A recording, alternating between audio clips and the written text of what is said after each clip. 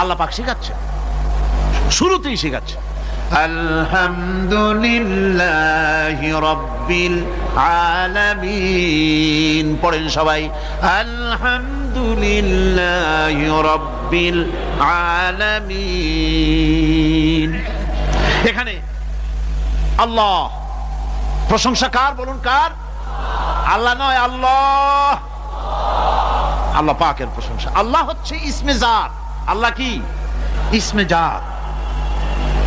কোন ধরনের অনুবাদ দিয়ে আল্লাহ শব্দের ব্যাখ্যা বুঝানো যাবে না। আল্লাহ এটাকে যদি সৃষ্টিকর্তা লেখা হয় তাহলে আল্লাহ শব্দের হক আদায় হবে? সৃষ্টিকর্তা বলতে তো বুঝাই যায়, তা তো আছে খালিক, সে নাম কি? খালিক।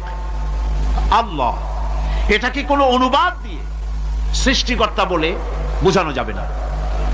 আল্লাহ হচ্ছেন এমন, পৃথিবীতে যত ধর্মের লোকেরা তাদের স্রষ্টাকে ডাকে, কেউ বলে ভগবান, কেউ বলে ঈশ্বর, কেউ বলে পরমেশ্বর, কেউ বলে বিধাতা, কেউ বলে গড, কেউ বলে জিহোবা।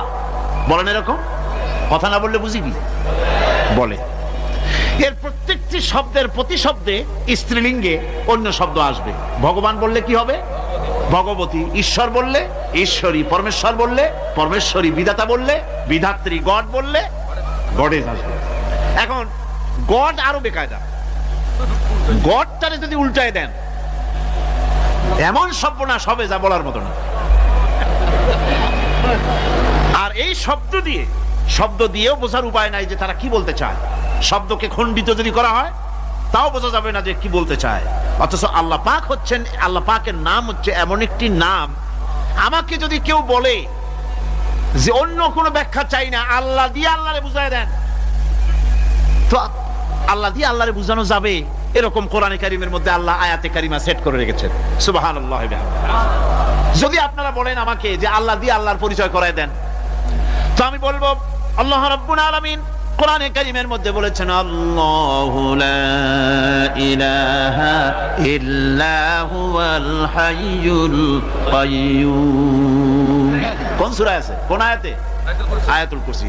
পড়তে ইচ্ছা করে না? পড়েন আমার সাথে, আল্লাহু লা ইলাহা ইল্লা হুয়াল হাইয়ুল কাইয়্যুম। আল্লাহ হচ্ছেন তিনি যিনি ছাড়া কোনো উপাস্য নাই, কোনো ইলাহ নাই, কোনো মাবুদ নাই যিনি ছাড়া, আর কোনো ইবাদতের মালিক নাই। আর যিনি হচ্ছেন সদা জাগ্রত চিরঞ্জীব, সার্বভৌমত্বের একচ্ছত্র মালিক, যিনি সদা জাগ্রত চিরঞ্জীব, তিনি হচ্ছেন আল্লাহ।